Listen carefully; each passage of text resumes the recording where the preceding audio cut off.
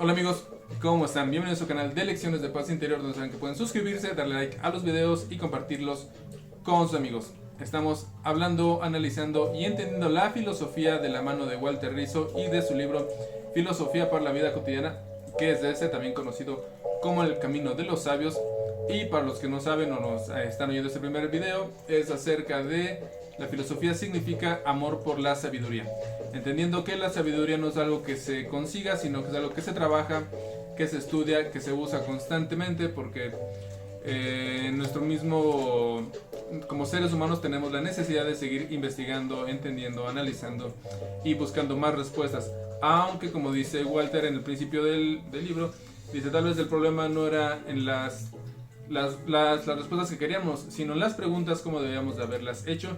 Y estos filósofos que son los que nos está queriendo enseñar, hicieron las preguntas correctas y tuvieron las respuestas correctas. Obviamente filosofar no es como no poner manos a la obra o no ponernos en acción, sino que filosofar o tener la filosofía es entender cosas que no las habíamos visto ahí, que no estaban claras, pero que gracias a la filosofía es que podemos llegar a un buen término.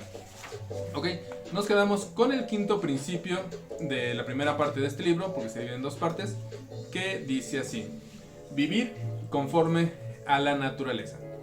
Los filósofos antiguos definían la virtud como una fuerza o una disposición que nos permite desarrollar lo que somos de la mejor manera. Por ejemplo, consideraban que la virtud del perro es ser un buen guardián, la del cuchillo cortar bien y la de un medicamento curar las enfermedades. Por eso, la virtud perfecciona cada cosa haciéndola ser lo que debe ser, esto de la mejor manera posible. Si por tener un caso consideramos que la esencia del hombre está formada por la conjunción de la razón y el amor, entonces vivir de acuerdo con su naturaleza lo lleva a ser su máximo potencial. También podría decirse que se desarrolla un buen juicio y también amar sanamente, que sería tener a un buen pensador de tu lado y un buen amador, porque vivir según la naturaleza es apropiarse de lo que nos define, conciliarse con ello, asumirlo, cuidarlo, actualizarlo. También la sensación que tendrás será la de estar haciendo bien las cosas y de fluir con la vida en vez de llevar la vida a cuestas. Epicteto decía o consideraba que los humanos compartimos con la divinidad la capacidad de razonar y por eso somos poseedores de una esencia cósmica que nos hace especiales. Pero, ¿cuál es la esencia de esa divinidad? ¿La carne? De ninguna manera. ¿La fama? De ninguna manera. Es la mente, la ciencia, el pensamiento correcto. Así que sencillamente busca ahí la esencia del bien, porque ¿verdad que no la buscas en una planta? No. ¿Verdad que tampoco es un ser irracional? No. Entonces debes buscarla en el ser racional. ¿Y por qué sigues buscándolo todavía en alguna otra parte? No importa cómo lo llamemos, divinidad, razón, placer, evolución, participación cósmica o conocimiento. Reconocer en uno mismo la dinámica natural que nos caracteriza y nos hace humanamente, ese es el conocimiento de la vida feliz. Ahora, todo ser vivo se empecina en existir. Los estoicos utilizaban la palabra orme y la definían como un impulso básico, una tendencia a conservarse uno mismo, y Nietzsche la llamó la voluntad del poder, y Spinoza perseverar en el ser. Cuando logramos hacer contacto con lo que en verdad somos, nuestra naturaleza original se dispara en busca de la excelencia, porque nadie debe de resignarse a vivir con menos. Siguiente, los talentos naturales. No solo existe una naturaleza de la especie, también hay una naturaleza personal.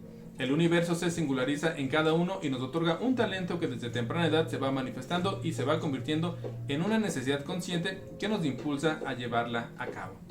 El psicólogo humanista Maslow decía que un músico debe de hacer música, un pintor debe pintar, un poeta debe escribir, y si al final de cuentas él quiere ser feliz, lo que un hombre debe ser es ser feliz. Esto no significa que estemos programados rígidamente por la biología, sino que poseemos unas cualidades y unas capacidades de pugnar por salir y realizarse sin tantos requisitos académicos. Todos tenemos pasiones vocacionales, estas que son ocultas o expuestas, cosas que cuando las hacemos nos absorben y el tiempo se nos va volando. ¿Eres bueno para los deportes? ¿Tienes disposición para la música? ¿Siempre te ha gustado leer o escribir? ¿Disfrutas comunicándote con los demás? Repito, en cada uno de nosotros hay una aptitud y una afición, esta que pugna por manifestarse y que si tienes suerte y valor podrás canalizarla y desarrollarla al máximo. Entonces sobreviene una satisfacción muy especial y la única que se conoce, esta es como la autorrealización, que quiere decir llegar a ser todo lo que uno es capaz de ser. Muchos sufren mientras trabajan y les pagan por sufrir, y a otros más afortunados les pagan por hacer lo que les agrada. Cuando digas, pagaría por hacer lo que estoy haciendo, habrás pisado el umbral de la buena vida, pero ten cuidado, si tu empleador no es confiable, es mejor que él no se entere. ¿Cómo descubrir el talento natural? Pues en principio ya lo sabes, ya lo tienes, solo debes de tratar de no bloquearlo, también correr el riesgo, y si a muchos les parezca una estupidez, aún así debes de hacerlo. Aquella actividad que has aprendido fácilmente y sin esfuerzo, que la disfrutas, en la que te parece que te destacas y la gente se acerca a ti cuando la practicas, bueno, pues esa actividad probablemente se desprenda de un talento natural. Séneca comparaba el león que salta a la arena cansado porque se le ha domesticado y se le obliga a llevar adornos pesados y ridículos con el león indómito y de una fiereza intacta. Este que se muestra tal como lo quiso la naturaleza, con la violencia de su instinto y la majestad que estriba en no poder mirarlo sin temor. El primero se ha desdibujado, el segundo mantiene intacta su esencia, y eso es algo similar a lo que le ocurre al ser humano. Hay que alabar lo que es propio del hombre y lo que no se le puede arrebatar ni otorgar.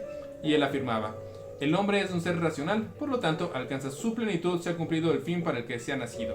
Y que pues, es la razón que se exige de él. Una cosa es muy fácil, vivir conforme a la naturaleza. Siguiente, sobre lo genuino.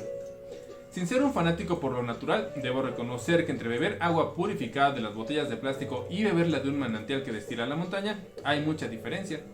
En ambas la sed se calma, pero en la segunda saboreamos otro placer, este que es el placer de un sabor que no es artificial.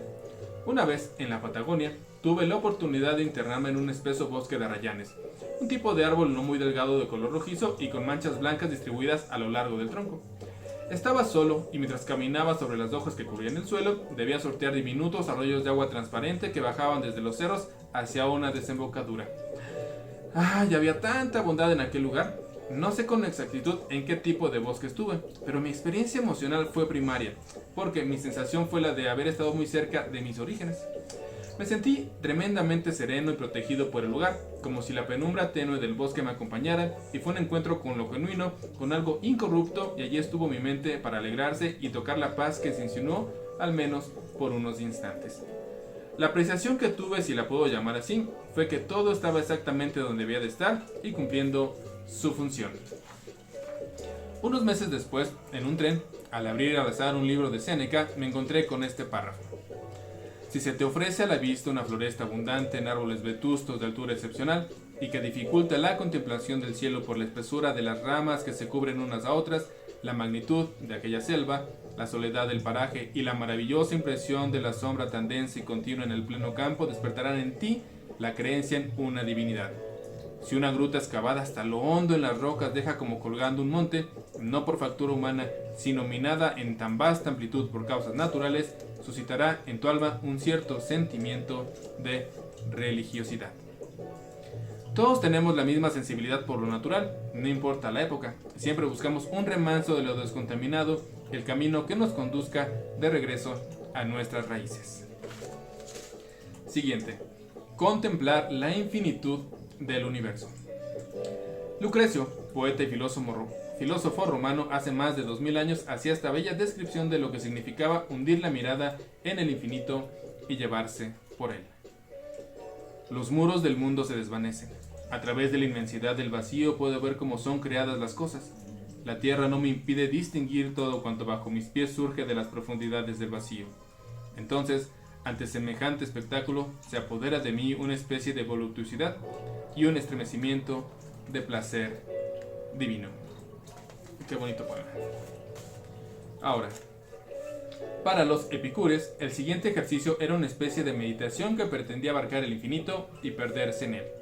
La práctica consiste en quedarse quieto sin pensar en nada, sin definir si algo es bello, feo, oscuro, claro, grande o pequeño.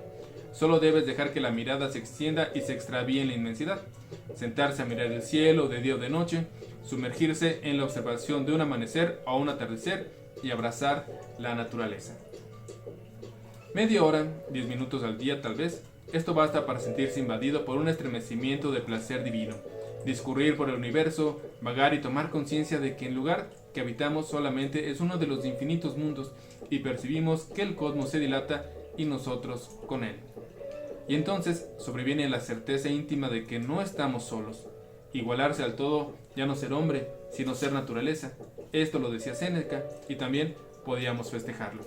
Tomar conciencia de tu ser incrustado en este grandioso y maravilloso universo. Epicuro nos ayuda a saltar. Recuerda aún que siendo mortal por naturaleza y habiendo obtenido en suerte de tiempo limitado de vida, gracias a la ciencia de la naturaleza, te elevaste a lo infinito y eterno y contemplaste lo que es, lo que será y lo que fue. Siguiente. Mirar las cosas como son. Cuando era adolescente, instintivamente y guiado por la curiosidad, me inventé un juego que consistía en tratar de mirar algunos objetos sin ninguna idea preconcebida. Intentaba quitarles los aditamentos conceptuales para quedarme con la materia prima, esta de la cual estaban compuestos. Un vaso es vidrio antes que vaso, una silla de madera es madera antes que silla, un pollo en el refrigerador es un cadáver de pollo, carne muerta y así, realismo crudo. Recuerdo que uno de mis retos era tratar de mirar un balón de fútbol y ver solo cuero inflado. En esa época los hacían de cuero. Pero me venían a la cabeza los goles, los jugadores, el campeonato, es decir, todo el significado que rodeaba la pelota. Hoy todavía de tanto en tanto raspo las apariencias tratando de entrenar mi mente para que se libere de esos conceptos. Y, aunque siendo igual de difícil, hay momentos especiales y muy fugaces, esos en que logro poner las creencias entre paréntesis. ¿Has intentado ver un cuadro sin opinar internamente? Sin decir me gusta o no me gusta, es lindo o es feo. ¿Has logrado captar la belleza de algo o alguien sin tomar posición ni comparar? Esto parecería a no juzgar, que lo enseña el curso de milagros. Y luego dice, el filósofo estoico Marco Aurelio proponía un ejercicio que consistía en tratar de darle a cada cosa el valor real que posee, descomponiéndola en sus atributos básicos y penetrar más allá de la apariencia. Por ejemplo, ver que la impotente toga imperial no es otra cosa que lana de oveja teñida con tinta de mariscos y que la relación sexual en realidad es una fricción del intestino y eyaculación de un moquillo que acompaña cierta compulsión. Porque, en sus palabras, cuando las cosas te dan la impresión de ser dignas de crédito, esto en exceso, desnúdalas y observa su nulo valor, despójalas de su ficción, por lo cual todos se vanaglorian. Esta práctica filosófica podemos hacerla continuamente. Ves a alguien elegante y perfumado que se pavonea con arrogancia y de pronto notas que te puede dar algo de envidia. Te recriminas por sentirte así. Sabes que es una emoción que no te conducirá a nada y quieres erradicarla de una vez para siempre. Entonces recurres a Marco Aurelio e imagínate a un sujeto en esta situación, donde está menos sofisticado y más cotidiano. Puede ser en el baño, haciendo ruido al comer, con el olor natural de sus glándulas sudoríparas, también sin ropa o sin dinero. También al levantarse temprano con la correspondiente hinchazón matinal y percíbelo con toda su humanidad a cuestas.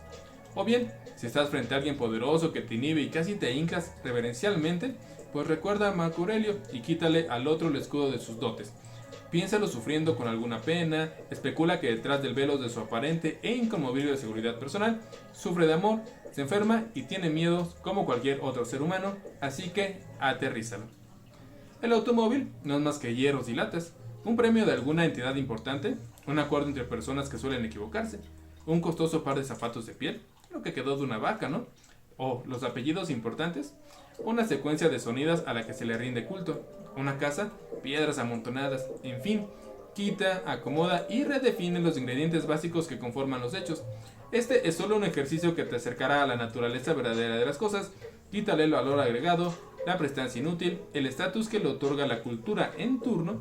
Esto no quiere decir que debas despreciar un buen perfume o una buena comida, sino que tengas presente el puesto real que ocupan cada una de estas cosas en tu vida.